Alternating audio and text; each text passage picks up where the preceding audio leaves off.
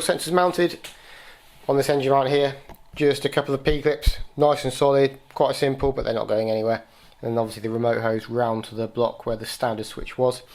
Under a little bit of tension here, where the standard oil filter is, or this blueprint filter, that will be getting swapped out for a hamp one, which is slightly shorter, slightly narrower, so that should clear that far nicer.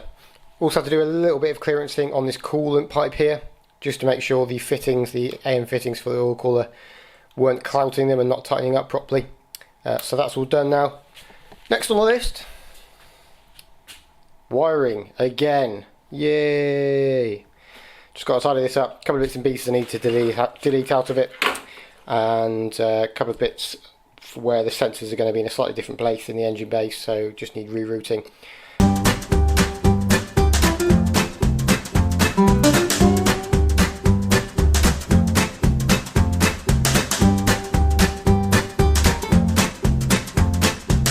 So I've got all of the original loom sheathing off, this crappy plastic stuff. Most of the insulation tape and stuff kind of stripped it down to its bare bones. Not a great deal to remove. I've consulted the guy who's going to map it, and I can safely get rid of the purge valve wiring, which is for the carbon canister system, which is long gone, and also the idle control valve wiring, which is this. As obviously nowhere to mount it because I haven't got an inlet manifold. Also going to remove this power cable. I think I touched on before, I've done my battery cable slightly wrong. I've run the main feed from the battery to the fuse box and from the fuse box into the bay, which is completely wrong. Actually, the main feed is supposed to go directly to the starter. There's supposed to be another cable, here's the standard stuff here, a thinner cable that comes from the battery into the fuse box, and then from the fuse box to the alternator, which is this wire here. So I need to redo that. I'm going to do that all on a separate loom to the engine bay loom, because obviously it goes into the car now, so disconnecting it's going to be a nightmare. I've chopped the plugs off for the alternator, for the injectors, as I've got the ones for the RCs down here. So I just need to join those, going to solder them, get rid of those crimps, and just route it nicely around the engine with any luck, and then tape it all back up with this nice cloth tape that I've got.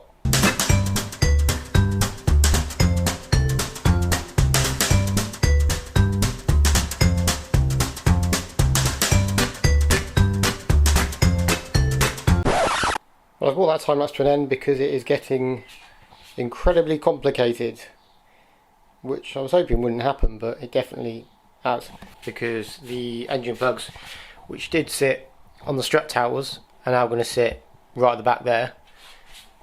This loom is way too long, so you can see like all of this overhang there needs to come out, so I'm going to have to shorten pretty much every single wire, which is bloody brilliant. Just drag the gearbox over, just to make sure I can get these cables somewhere near the right length. But yeah, this is gonna be a long old task.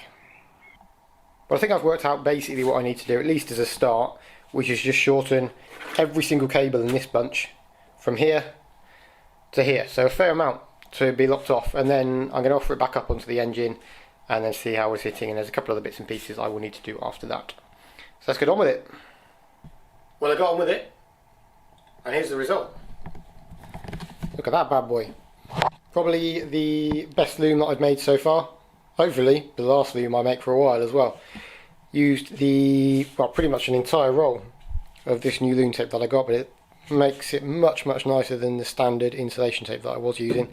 Changed the TPS plug, changed injector plugs, deleted a couple of the bits that I didn't need, and yeah, just tidied everything up really. Looking smart. Let's pop it on there.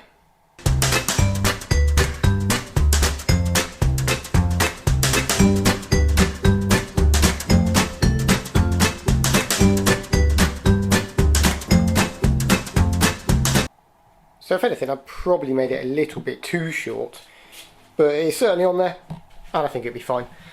Just need to make a couple of little brackets here and there just to support a little bit more of the weight, but all in all, runs pretty nicely tucked out of the way everywhere. Once it's all fitted, you should barely see any wiring. Obviously the main plug's mounted on this engine mount, which is proving extremely useful actually, and that fits just on the top of the subframe there. So again, everything should be nicely hidden once that big lump is in that big space there. Couple of quick fire updates away from the engine. Got the roof seals cleaned up, Shin-Etsu greased up and refitted, so fingers crossed there won't be any leaks. And cut up and fitted some fake carbon fibre scuff plates on the roll cage. Not particularly convinced that I like them, but they certainly serve the purpose, stop the paint getting chewed up every time I get in and out of the car. Obviously got the passenger seat refitted as well, because I sorted out my battery cable, which as I explained before I'd done incorrectly. So there's now a big fat cable going to an inline fuse just beyond the seat and then all the way to the starter. And probably the biggest milestone of recent times, it has a windscreen. Bloody hell.